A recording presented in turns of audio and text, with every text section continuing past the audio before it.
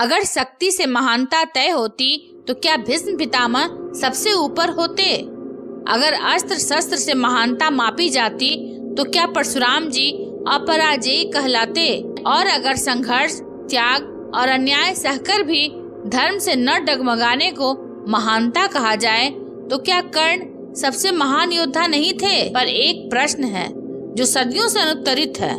जब भीष्म पितामह को इच्छा मृत्यु का वरदान था, परशुराम जी को स्वयं महादेव का आशीर्वाद था और कर्ण के पास सूर्य कवच और कुंडल थे, तो फिर तीनों का अंत छल से क्यों हुआ? क्या महानता का मूल्य यही है या फिर महाभारत हमें कुछ और सिखाना चाहती है? भीष्म पितामह जो कभी हार नहीं सकते थे। हस्तिनापुर की धरती ने जब पहली बार गंगा पुत्र को देखा तब किसी ने नहीं सोचा था कि यही बालक भविष्य में स्वयं मृत्यु को भी चुनौती देगा। देवव्रत जिसने पिता की खुशी के लिए अपना जीवन त्याग दिया, न राज्य मांगा न सिंहासन, सिर्फ एक प्रतिज्ञा इतनी कठोर कि युग कांप उठा, भीष्म प्रतिज्ञा। और उसी क्षण देवताओं ने उन्हें वरदान दिया, जब तक तुम चाहो मृत्यु तुम्हें छू भी नहीं सकती।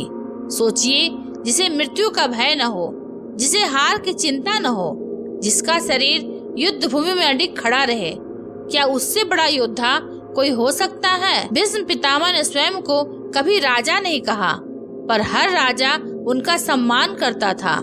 द्रोणाचार्य उनके सामने नतमस्तक थे, श्री कृष्ण तक उन्हें महायोद्धा कहते थे। और फिर आया महाभारत का युद्ध। भीष्म पितामह जो कौरवों के साथ खड़े थे, पर दिल से पांडवों को प्रेम करते थे।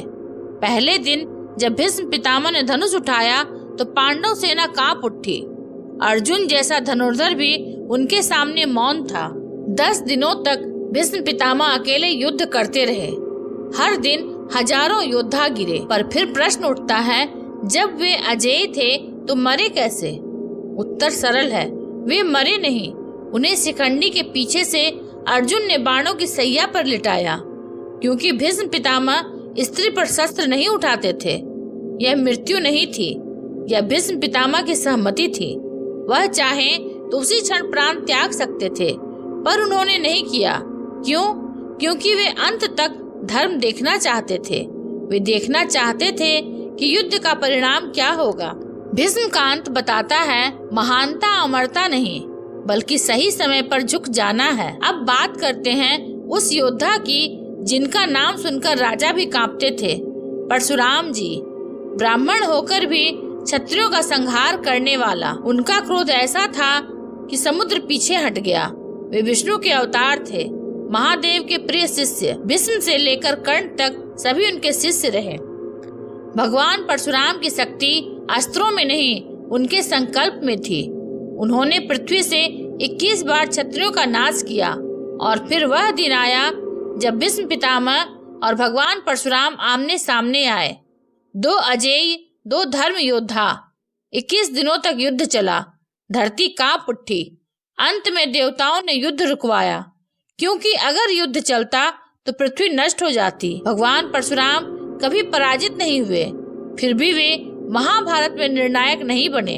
क्यों? क्योंकि क्रोध महानता नहीं होता, वह केवल विनाश करता है, और यही उनकी सीमा थी। भीष्म अमर थे, पर युद्ध नहीं जीत पाए। भगवान परशुराम अपराजेय थे, पर महाभारत से दूर रहे। तो फिर कौन है वह योद्धा जो हार कर भी इतिहास बन गया? कर्ण, जो जन्म से ही हारा हुआ था। कर्ण का जन्म ही युद्ध था। माँ ने त्याग दिया, समाज ने नकार दिया, गुरु ने श्राप दिया, फिर भी उसने हार नहीं मानी। जब भीष्म पितामह राज दरबार में थे तब कर्ण सूत पुत्र कहलाया। जब भगवान परशुराम ने शस्त्र सिखाए तब कर्ण ने अपनी पहचान छुपाई। और जब महाभारत का युद्ध आया तब कर्ण के पास सब कुछ था, पर फिर भी कुछ नहीं था। उसके पास कवच कुंडल थे, पर दानवीर होने के कारण उसने स्वयं उन्हें दान कर दिया। सोचिए, कौन योद्धा युद्ध से पहले अपनी सुरक्षा स्वयं उतार देता है? यह मूर्खता नहीं थी, यह कर्ण का धर्म था। कर्ण जानता था कि वह हार सकता है, फिर भी वह लड़ा, क्योंकि उसके लिए युद्ध जीतना नहीं, अपनी पहचान सिद्ध करना महत्वपूर्ण था।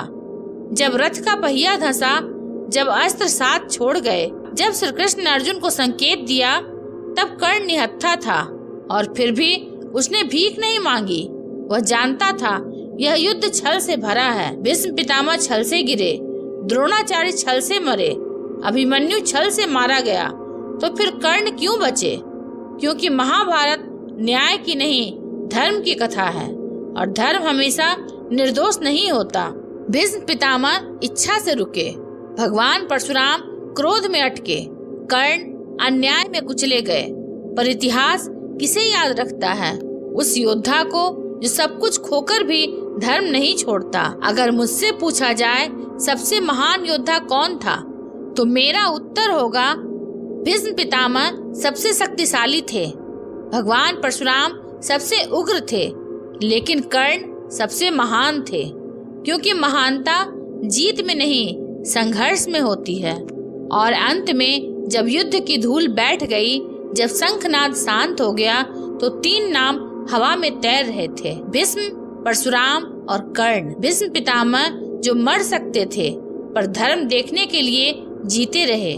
बाणों की सैया पर लेटे हुए भी उनकी आंखों में कोई पश्चाताप नहीं था, क्योंकि उन्होंने प्रतिज्ञा निभाई थी। भगवान परशुराम जिनके हाथों में संसार कांपता था, पर अंत में वही क्रोध उन्हें अकेला कर गया।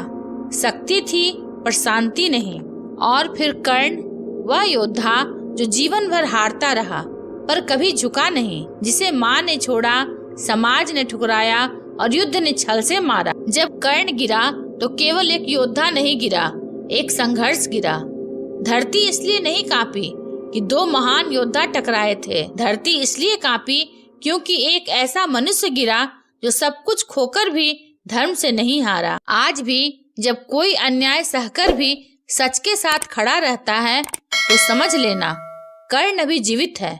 क्योंकि कुछ योद्धा युद्ध जीतकर नहीं, हारकर अमर होते हैं। अगर आपको यह वीडियो अच्छा लगा हो तो इसे लाइक, शेयर और सब्सक्राइब अवश्य करेंगे। धन्यवाद।